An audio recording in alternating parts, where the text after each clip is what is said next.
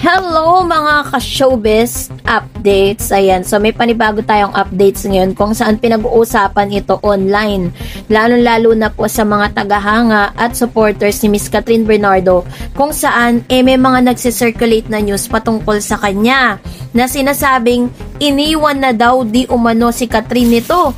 No? So, ano kaya ang nakapaloob sa balitang ito, no? Pero bago yan, if you haven't subscribed yet to my YouTube channel, please don't forget to like, share, and subscribe at hit mo na rin ang notification bell for more showbiz updates. Bago tayo, of course, magpatuloy sa ating updates for today's video, nais kong pasalamatan kayo for always watching and trusting this channel. Thank you so much sa inyong palagi ang panonood at pagsubaybay sa mga updates po natin. Maraming salamat po. And for today's video, ito na pag-usapan natin dahil pinag-uusapan siya online dahil si Miss Catherine Bernardo, kilala natin siya na siya na yata may pinakamaraming endorsement sa industriya.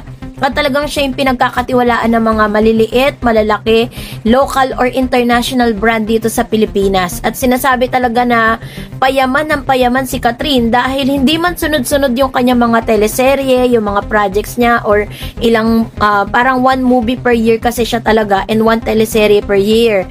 So, ang balita natin is gagawa sila ng series ni Mr. James Reid, tuloy na po yan.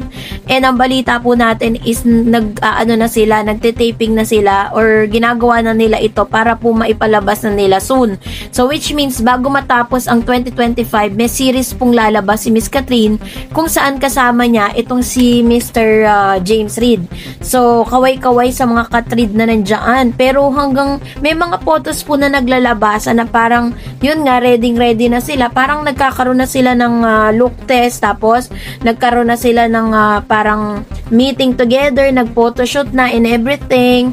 Pero wala pa pong inilalabas na mga BTS or behind the scene videos and photos or videos na makapagsasabi talagang nakapag-start na nga sila ng kanila pong ng kanilang series. May mga nagtatanong pa nga, ano na raw ba ang nangyari sa doon po sa movie ba yun or serye na Elena 1944? Bakit ang tagal-tagal na, parang inimbak na siya, no? So, sa point of view ko lang, no, kung bakit hanggang sa ngayon di pa rin siya nilalabas kasi Catherine Bernardo is not yet ready para ilabas yung other side niya kasi parang hindi pa ready na i-explode yung ibang ibang karakter na makapagpapabago sa paningin ng maraming tao sa kanya kasi syempre 'di ba napanood natin si Catherine na very cute lang, very demure, 'di ba ganun yung mga karakter niya pero kasi sa Elena 1944 she's a comfort woman there. So, may chance na talagang medyo maiiba yung kanyang character doon. And I think they are not yet ready to, na i-unleash yun, yung ganong karakter ni Miss Catherine. Kasi talagang kakaiba yung karakter ni Miss Catherine Bernardo doon. Ano po yun, that is a parang Japanese era siya. At isa siyang comfort women. Alam niyo naman yung mga comfort women, 'di ba? Parang sa natin, sa ating in layman's term, sa sarili nating term, it was a GRO or parang ganon. Para siyang tagapag-aliw, no? Ganon ganon yung understanding ko ha. So i-correct niyo ako sa comment section kung mali ako sa aking understanding. So ngayon, eto na pinag-uusapan kasi ng ilang mga fan nitong si Miss Catherine Bernardo tsaka ni Miss Bel Mariano.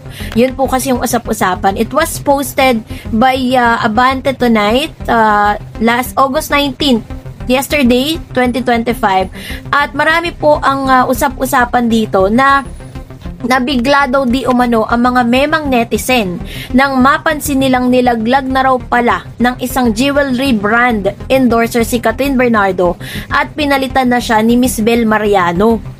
So yun ang kwento. Nakakaloka ang mga tambay sa online world. Ang talas ng mga mata nila, wala talagang nakakalusot sa kanilang mga ulirat. So meron po kasing isang endorsement itong si Miss Catherine na isang jewelry, no? Kung matatandaan po ninyo, ayan. Parang alam niyo po ba nung tinanong ko tong jewelry na to sa isang malaking mall, napakamahal po niyan. Talagang original na pearl yung mga ginamit po nila. Tapos may mga pa yan, talagang may kamahalan talaga siya. Pero ang dyan, ang pinaka hindi lang kagandahan dun sa jewelry, hindi mo siya pwedeng isanla. Hindi siya pawnable, 'di ba? So parang hindi ko lang alam bakit yun, pinalitan siya, sabing ganon, nakakaloka daw na tinanggal daw. Kasi ang pangit ng terms tinanggal daw di umano si Miss Catherine Bernardo nito pong jewelry line na ito. Si Belle na kasi ang pinakabagong mukha ngayon ng jewelry brand na ini-endorse ni Catherine Bernardo. May mga nag-iintriga pa nga na sinulot daw ni Belle Mariano ang nasabing endorsement na iniintriga rin noong pinalitan niya si Catherine bilang endorser ng isang cologne at soft drink brand. So, ibig sabihin pala, may mga brands or endorsement po na hindi na talaga nagpatuloy na si Miss Catherine Bernardo ang kinuha nilang endorser. So, obvious naman talaga na kung tutuusin, yung mga nagsasabi niya, yung mga nambabash kay Catherine Bernardo, halata mo wala talaga silang kaalam-alam tungkol sa advertising industry. Yung mga netizen na to na ganun kababaw yung pananaw nila sa pagpapalit ng endorsers, no? Sa totoo lang kasi, wala naman talagang ganong issue. Dahil ang totoo, may mga expiration naman talaga ang mga kontrata ng celebrity bilang endorser ng produkto. So, for example po, si Miss Catherine ay endorser ng Shock, diba? So, nasa Shock po yun kung kukunin pa rin siya the other year. Pero may expiration po kasi talaga ang endorsement. So, at ang advertisers mismo ang pumipili kung sino ang gusto nila at karapat dapat maging ambassador ng kanilang brand. Hindi mga artista o kung sino man. Hindi si Miss Catherine Bernardo or neither Belle Mariano ang masusunod kung sino po yung kukunin ng endorser ng mga ganitong klase ng brand. Yung may-ari mismo. Kaya wala po sa kamay ni Belle at wala rin sa kamay ni Catherine kung sino po ang susunod na magiging endorser ng jewelry line na ito. Alam na mga fans ni Kat at Belle na close ang dalawang kapamilya actress. Kaya wag na sana nating intrigahin kung ano pa ang intrigahin pa kung collab team na ni Donnie Pangilinan ang endorser ng mga dating endorsement ng Asia Superstar. Kasi yun po yung kumakalat ngayon Kasi alam naman natin na dati nililink or na-link, 'di ba? Parang nagkaroon ng issue na binalita na nagliligaw daw di umano si Mr. Donnie Pangilinan kay Miss Catherine, which is bagay na na-debunk ng company Catherine Bernardo na wala naman talagang katotohanan. Sa dami daw kasi ng mga kumpanya na nag-aabang sa serbisyo ni Kat, for sure, may kapalit na agad ang mga bagong brand, ang mga produktong hindi na nag-renew ng kontrata nila. So, ang katotohanan dyan is hindi po siya sinulot ni Belle at mas lalong hindi po ito parang tinanggal siya, dahil wala naman pong dahilan para tanggalin siya. Kung hindi, nag-lapse or tapos na po ang kanyang kontrata sa jewelry line na yon.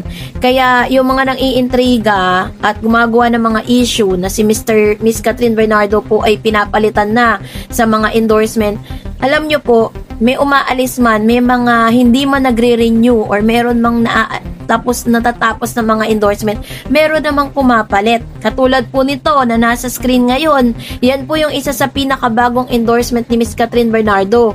So, sana maunawaan ninyo, na lahat po ng mga nagda-down, lahat ng mga parang nililibak si Miss Catherine, at kung ano-anong sinasabi, porkit naliling siya sa isang mayor, porkit hanggang sa ngayon, wala pa ring malinaw ng estado ng relationship nila ni Mr. Alden Richards, ang dami na pong mga nagagalit sa kanya. At the same time, mas lalo pong tumindi yung parang bashing sa kanya nung nagkaroon nga po ng Mayor Alcala na napapabalita na naliling sa kanya. Hanggang sa ngayon naman, wala pa rin pong direktang pag-amin wala kay Miss Catherine at dito po sa dating mayor. Dahil sabi nga ng mga showbiz commentator, yan po ay merong tinatawag na disclosure na parang may NDD sila, hindi nila pwedeng aminin sa publiko. So, wag na tayo masyadong wag na nating intrigahin yung mga ganong bagay. So, that's it for today. For more videos and updates, please don't forget to like and subscribe, and please don't forget to follow my Facebook page, Dar Eds TV. God bless everyone!